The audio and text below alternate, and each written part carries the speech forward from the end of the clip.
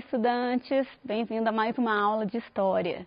Sou Viviane Soares e quem me acompanha é o intérprete Gilbert Santos. A aula de hoje é destinada aos alunos do primeiro ano do ensino médio e o nosso tema é fundamentalismo religioso.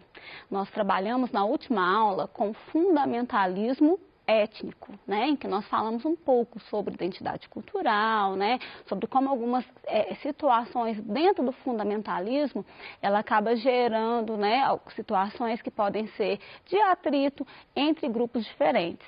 No nosso caso hoje, o nosso tema ele está mais em torno da questão da religiosidade, embora nós vamos trabalhar com conceitos muito parecidos com os conceitos que a gente trabalhou na aula anterior. Vamos lá? Então, como nós dissemos, né, fundamentalismo religioso é o nosso assunto.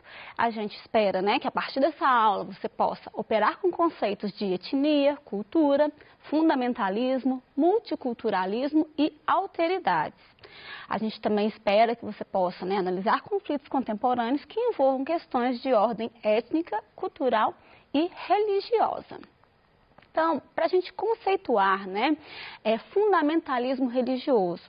Então, a palavra fundamentalismo, nós já tratamos dela e vamos recapitular aqui, né, que é quando a gente tem aí alguns grupos que buscam aí reservar, né, resguardar as características fundamentais daquele grupo. Então, olha, os fundamentalistas são os mais conservadores e literais seguidores de uma religião. Existem várias correntes fundamentalistas religiosas entre os adeptos do judaísmo, cristianismo e islamismo.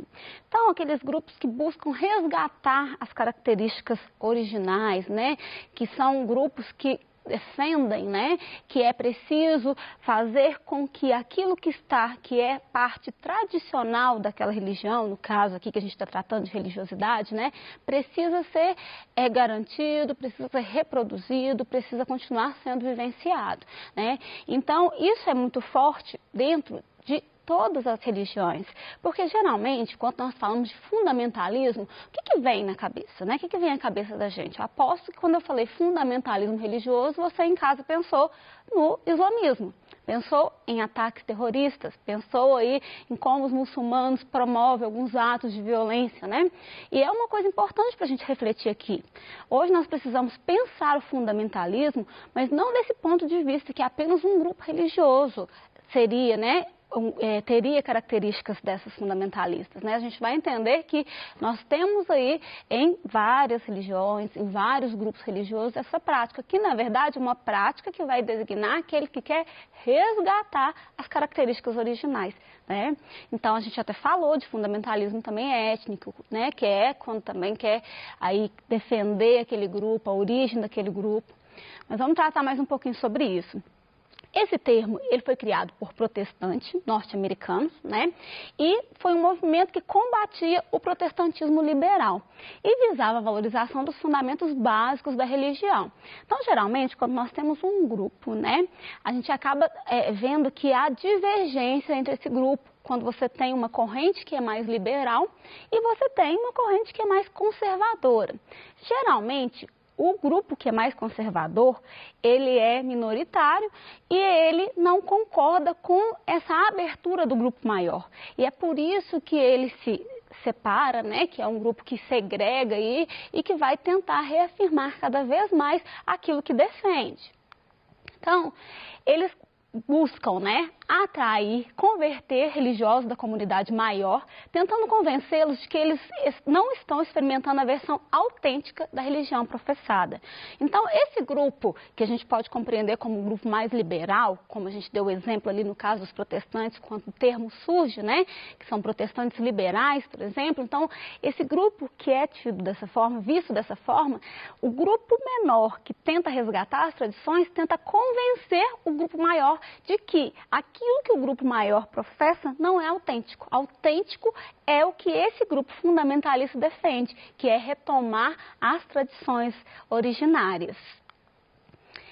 A gente vai falar de algumas características, então, desse fundamentalismo religioso. Então, geralmente, ele é sem abertura ao diálogo, né?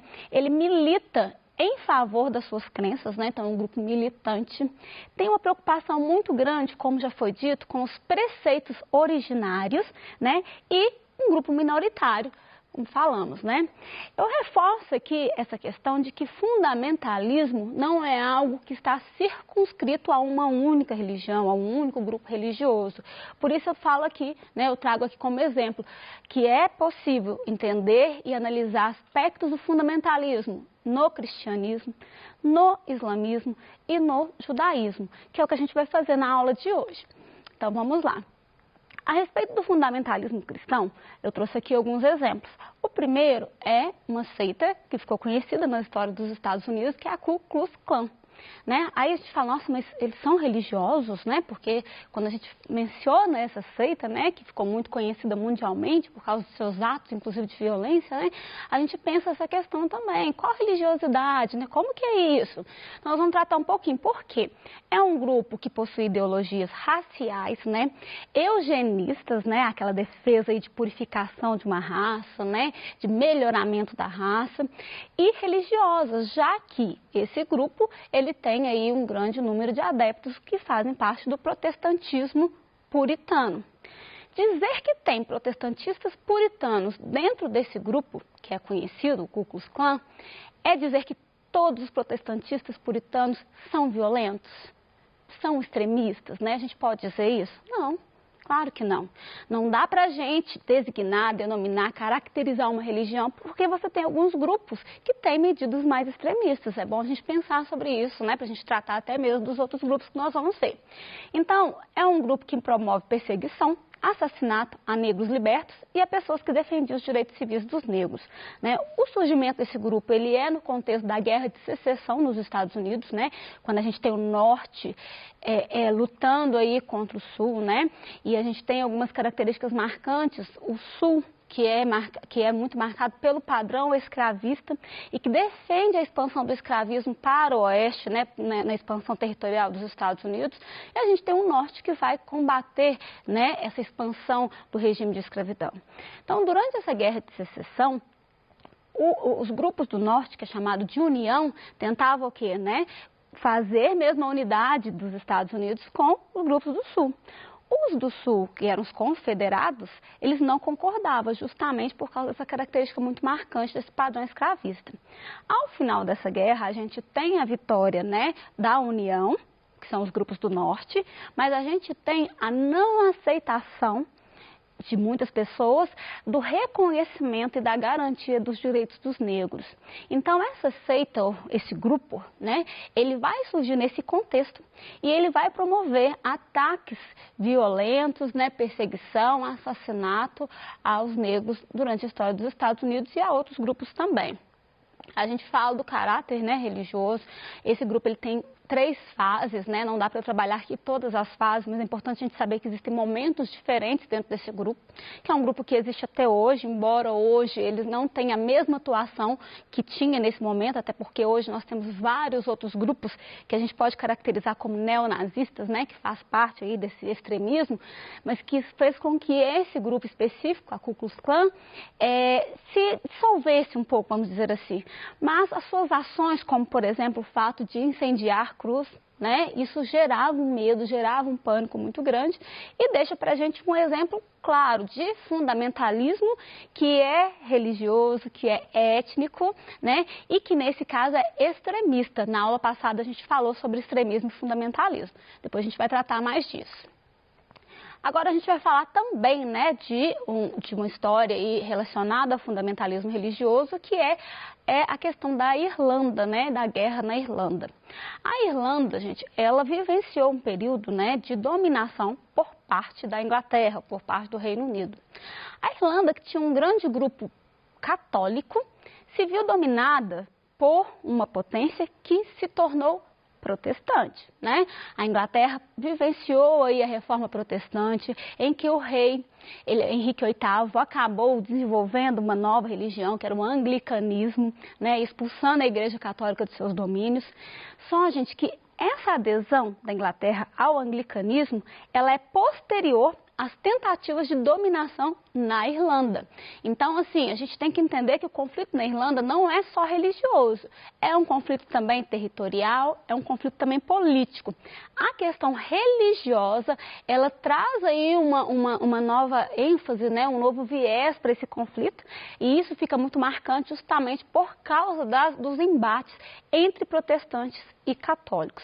Então, os católicos da Irlanda já se sentem prejudicados com a chegada cada vez maior de protestantes, com os vários benefícios que esses protestantes tinham, uma vez que a Inglaterra ela facilitava a vida dos protestantes, ela dava cargos importantes para os protestantes, né? E eles tiveram que vivenciar também um período em que a região mais ao sul da Irlanda se desenvolveu muito com o apoio da Inglaterra e a região mais ao norte, de maioria católica, ela não conseguia se desenvolver na mesma medida, né? Ela acabou ficando mais tradicional e mais pobre. Então, tudo isso gera uma série de reação. Tá? É nesse contexto que a gente tem os embates e dentro disso a gente tem a criação do IRA, que é um grupo paramilitar católico. Esse grupo, gente, ele vai ser responsável por algumas ações, né? Alguns atentados, inclusive, né? O uso de violência, tentando resgatar tanto a questão territorial, tanto a questão aí religiosa, né? O lugar dos católicos. Então, o IRA, ele é chamado, né, é a sigla que define o Exército Republicano Irlandês, né, e a gente tem na história um monte de fatos relacionados à atuação desse grupo. Existe um episódio que ficou muito marcado na história do conflito religioso na Irlanda, que ficou conhecido como Domingo Sangrento. Inclusive, a banda de rock U2, que é uma banda irlandesa, eles fizeram uma música que é bem bacana, né, que chama Bloody Sunday. Se vocês tiverem curiosidade, busquem, né, procurem saber, ouçam a música, né, vejam a tradução, que vocês conseguem compreender um pouco mais sobre esse contexto. Mas ela se refere a um momento em que havia uma manifestação de católicos desarmados, né, e eles foram aí surpreendidos por forças britânicas e a gente teve um grande número de mortos, entre os mortos várias pessoas, né, de menor, e o fato de, além de estarem desarmados, muitos foram, né, atingidos de costas, né, sem saber que aquilo aconteceria. Então, foi um momento na história da Irlanda que gerou um grande número de manifestação.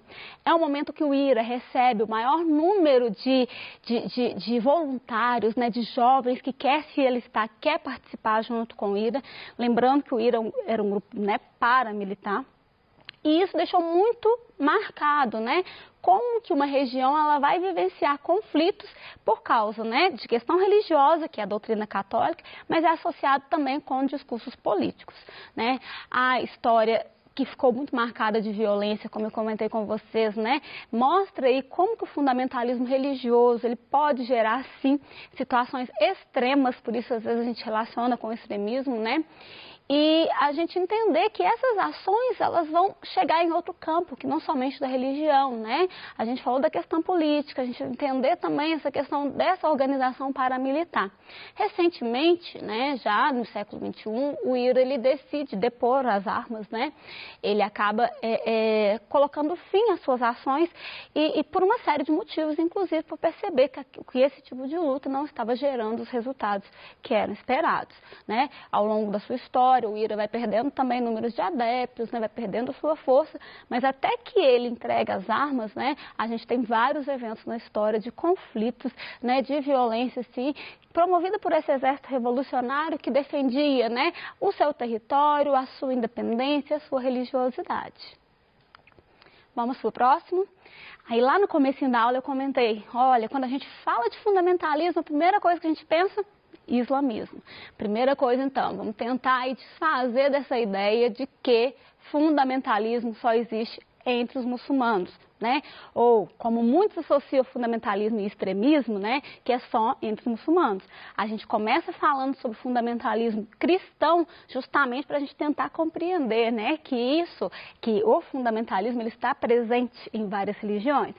No caso do islâmico, né? A gente tem manifestações religiosas em que os praticantes do Islão promovem a compreensão literal de sua literatura sagrada, o Corão. Então, é aquela defesa, como a gente falou, das características originais, das características integrais do movimento, né? Dentro das divergências do islamismo, a gente tem grupos como xiitas e sunitas que têm uma interpretação diferente a respeito da sucessão dentro do islamismo, né? Um grupo defende que tem que ser um descendente direto de Maomé, outro grupo defende que não. A gente tem aí a Irmandade Muçulmana, né, que cresce muito, e uma das suas maiores vertentes aí que a gente conhece na história é a Al-Qaeda, que foi responsável por aquele atentado, né, em 2001, né, as Torres Gêmeas aí que o mundo inteiro parou, né, para ver o atentado terrorista. Quando a gente vai falar daquele atentado, a gente precisa compreender as razões, as questões que estão em torno daquilo. E não é justificar um atentado terrorista, é dizer que a gente precisa entender o contexto em que tudo isso está acontecendo, né? Inclusive, a gente tem aí um período de muitas intervenções dos Estados Unidos na história do Oriente Médio, a gente tem aquela ideia, né, aquela situação de tentar afastar o Ocidente das suas relações. Então, tudo isso está muito presente nesse conflito, né? E, por fim, nós vamos falar um pouco sobre o judaísmo, né, que defende também a fidelidade literal ao texto sagrado, que é a Torá. Nesse caso, aí, eles defendem que a lei de Deus ela tem um valor absoluto, tanto para a vida privada quanto para a vida pública, né? E eles também, né, eles passam aí dentro desse fundamentalismo por algumas atitudes de segregação. O caso aí do judaísmo é muito marcante, né, porque é um povo que tem a sua história muito relacionada com dispersão, né, ao longo da sua história, desde lá dos tempos antigos, a gente voltar aos relatos bíblicos, né, um povo que precisa sair constantemente do seu território por causa das invasões, né. Então, a Palestina, durante muito tempo, foi considerada a terra sagrada para o povo judeu. E há uma busca, né, de voltar para essa região. Só que a Palestina ela foi habitada, né, pelos povos árabes, que são povos muçulmanos. E no contexto de imigração, em que muitos povos judeus tentam voltar para aquele território, a gente já começa a ter as divergências. Essa migração, ela cresce muito durante a Segunda Guerra Mundial. Justamente, a gente já estudou em outro momento, né, por causa da perseguição aos judeus, né, por tudo que acontece. O fato é que a presença de povos judeus na Palestina acaba gerando conflitos com os povos árabes muçulmanos que já estavam ali. A ONU entra para resolver o conflito e propõe a criação de 2 estados independentes, o Estado palestino e o Estado de Israel. Em 1948 foi criado o Estado de Israel. Inclusive, em 2018 foram feitas várias comemorações à criação desse Estado. O que é interessante é que até hoje não foi criado o Estado palestino, como foi proposto lá atrás. Então, desde a criação do Estado de Israel e a não criação do Estado palestino, a gente tem uma série de conflitos que envolvem esses 2 grupos, né? Isso faz com que atos terroristas também estejam presentes. De um lado, a gente tem um povo que sofreu perseguição, que tem uma justificativa religiosa e histórica para ter direito à Palestina. De outro lado, a gente tem um povo que são os povos árabes que já estavam ali, que também defende o seu direito, e um conflito que não se soluciona. Em alguns momentos a gente tem acordo diplomático, intervenção dos Estados Unidos, mas até hoje a situação não está resolvida. E é até bom a gente refletir, né? Até que ponto não seria interessante a gente ter uma intervenção da ONU novamente para que o Estado da Palestina seja realmente criado como foi proposto lá atrás, né? Então, situações como essa que vão gerar esses desentendimentos aí, né, relacionados à religião. Um último exemplo de fundamentalismo, né, e falar já relacionando ao extremismo, aconteceu na França, né, recentemente, em que um professor de história, ele foi morto porque ele estava dando uma aula sobre liberdade de expressão. E nessa aula ele levou uma charge que trazia o profeta Maomé, né, e há relatos, né, que após essa aula ele acabou sofrendo um atentado, né, e foi aí assassinado por um radical, por um fundamentalista, né, muçulmano. Então, para a gente reforçar mais uma vez, que nós já tratamos sobre isso, é preciso a gente saber a diferença de fundamentalismo com extremismo. Enquanto o fundamentalismo, aquele movimento que é integrista, né, que quer resgatar as características tradicionais, o extremismo é quando você quer impor o seu posicionamento, inclusive recorrendo a atos violentos, como o caso do assassinato do professor francês, né? É importante a gente compreender a diferença e entender que, embora muitos fundamentalismos religiosos vêm associados de ações extremistas e violências, não quer dizer que eles são sinônimos, né? Então, fundamentalismo é resgatar. O extremismo é quando você quer impor. E, infelizmente, muitas vezes eles aparecem juntos mesmo. Né? Então, espero ter contribuído. Acho que é importante a gente refletir a respeito, né, de combater a intolerância religiosa, já que esse é nosso assunto, né? Buscar desenvolver atitudes de respeito, de reconhecimento da diferença, né, e das características aí da religião do outro. Deixo aqui um grande abraço, né? Essa é a nossa última aula e deixo também uma atividade para você fazer, que vai estar lá nos slides, entre lá no Estude em Casa. Até mais, um grande abraço.